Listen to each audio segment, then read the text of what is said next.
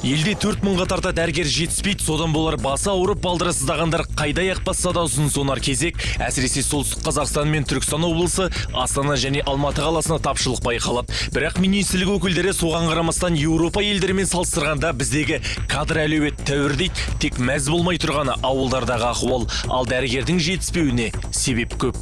Біріншіден, халықтың миграциясы. Мысалға, кейбір адамдар ауылды жерде тұрғаннан гөрі қалаға көшкісі келеді. Сыртқы миграция бар одан бөлек сол жаңа соңғы жылдары дәрігерлерге, орта медицина қызметкерлеріне пациент тарапынан жүргізілген зорлық-зомбылық, яғни шабуылдар фактілері бар тіркелген.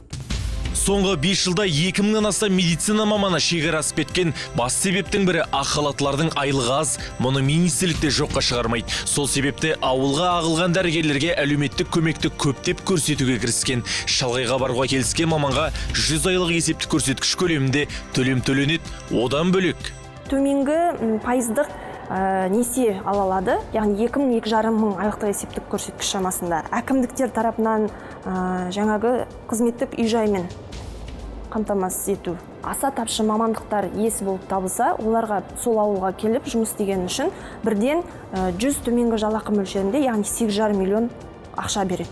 Елдегі тапшы дәрігерлердің орны өзгеріссіз. Мәселен, былтыр 36 мың медицина маманы қызметтен кетсе, 36 мың маман еңбекке кірісіпті.